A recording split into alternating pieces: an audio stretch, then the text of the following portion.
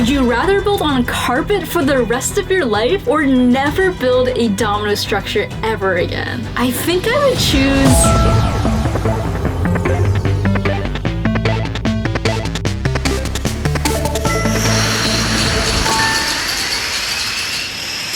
What's up, Domino community? And today I will be answering your questions. I want to say thank you to everyone who left a question on my website and on my community tab. But before we jump into the questions, all of my merch is now 15% off today until Monday, so definitely go check it out. We've got the H5 shirts, the hoodies, signed dominoes, of course, beanies, and I'm also doing personalized videos and so much more. Everything is 15% off at heavish5.com/store, so go check it out. And now let's get into the questions. Anthony Peterson asks, do you think you could build dominoes every day for 100 days or more? In theory, yes. Technically, like, I don't know if this counts. I could build like one domino every day if I really wanted to. That wouldn't get old. But if it were by choice, like if I were building a whole project, I'd probably like to take a little bit of a break in between, like not building 100 days straight for like big projects. But if this was like a really like a genuine challenge, like I think I'm up for it. I feel like I'm kind of competitive, so I think I could do it. But I wouldn't choose to.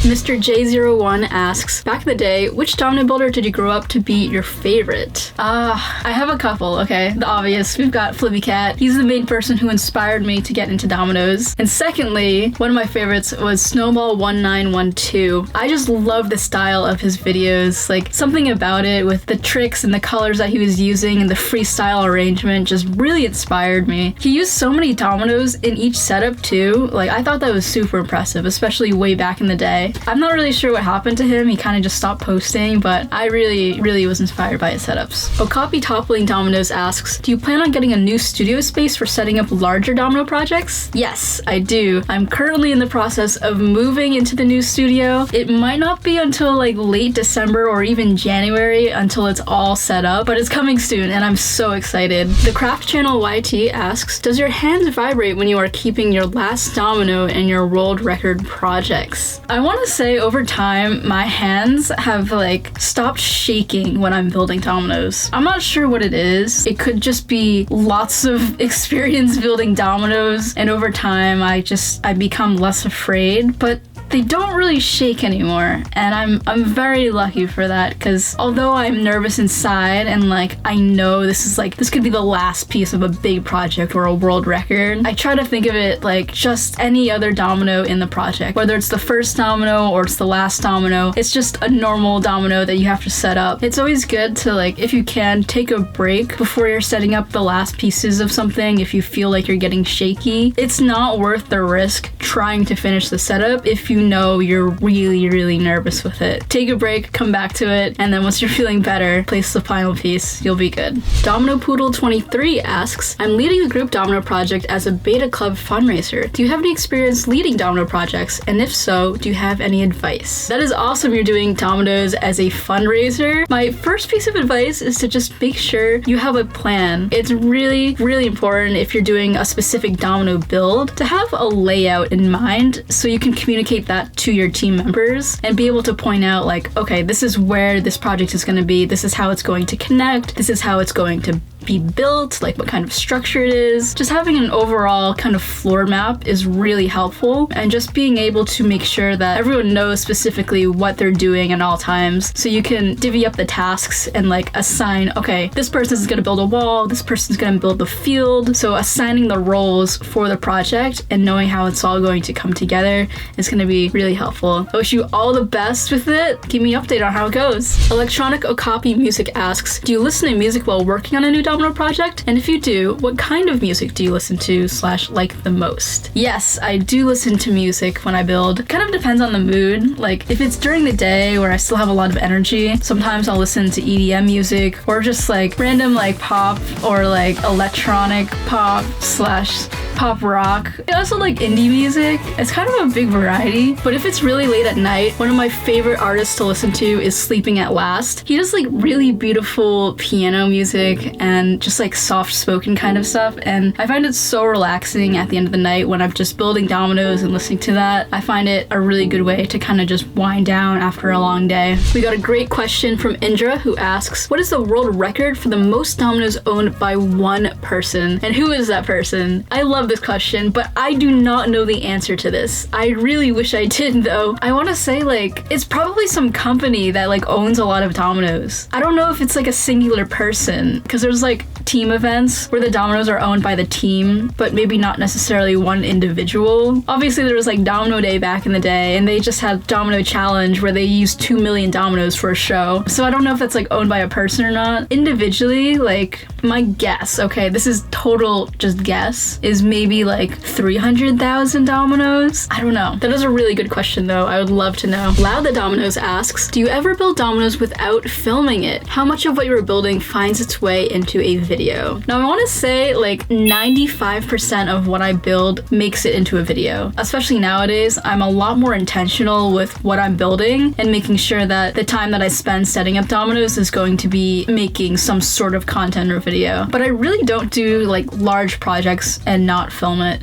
All right, now I'm gonna move on to answering questions from my website. And if you ever have a question for me, feel free to leave it at heavish5.com/get involved. There's a submission link so you can just type out your question and I'll look through those for the next Q&A. Our next question is from Milo7Domino who asks, would you rather build on a carpet for the rest of your life or never make a structure again? Oh boy.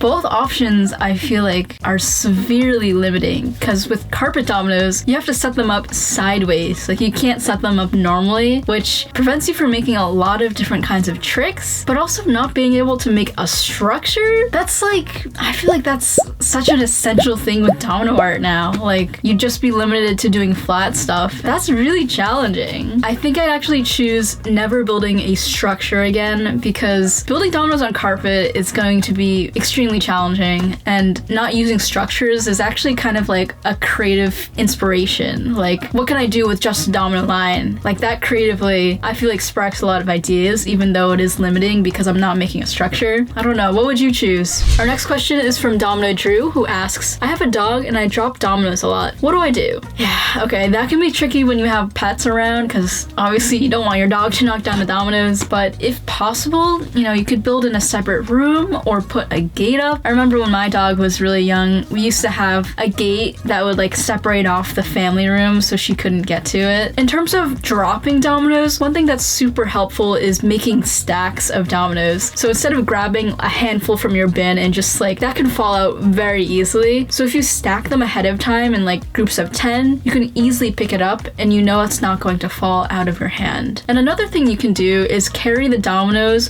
low to the ground. So if you are scooping like a whole bunch of dominoes from a bin, don't hold it standing, but instead bend down so that your pile of dominoes is like lower on the ground. So if something does fall out, it's not going to bounce as far. Micah Johnson asks, what is your favorite step of planning a domino build? I think it's gotta be choosing what type of domino structure or technique I'm going to use for that specific like idea. So for example, if I were building a candy cane out of dominoes, am I gonna build that in a field? Am I gonna have it a shaped field? Could I build it in a structure, or maybe do something that follows the red and the white on a diagonal? There's so many different ways you could choose to set up the dominoes for one idea, and I love being creative with how to showcase that by using its natural like geometry and shape of whatever that image is in dominoes. Luke asks, how many domino setups have you made? Oh, you know, I think that's gotta be in the thousands at this point. I haven't counted. It's like maybe impossible to count, but I'm assuming it's in the thousands. Our next question is from NGZX who asks, what do you think helped you most in your domino journey? Oh, you know, I'm thinking really long term here, and I want to say the thing that helped me most was the community and the support of my parents. I can't stress how much having like people in the domino community just comment on my videos and be like, oh, I love this setup, or that was a cool idea, and like sharing back and forth, and then eventually going to events, that really pushed me to like continue building dominoes. It's just super motivating to have that support from the community, from my family who like graciously let me take over their living room for so many years. A lot of really good support. That's why I just appreciate everyone who watches and leaves a comment. It means a lot. Thank you so much to everyone who left a question. Hopefully this satisfied your curiosity. And also don't forget, you can save 15% off all merch on the H5 store. This is perfect timing for the holidays, so definitely check it out. Link is in the description. And I also want to give a shout out to our featured community member, Toppled, who's been making some awesome domino videos recently. Go check him out. And as always, I'm Lily Hevish, and keep on building.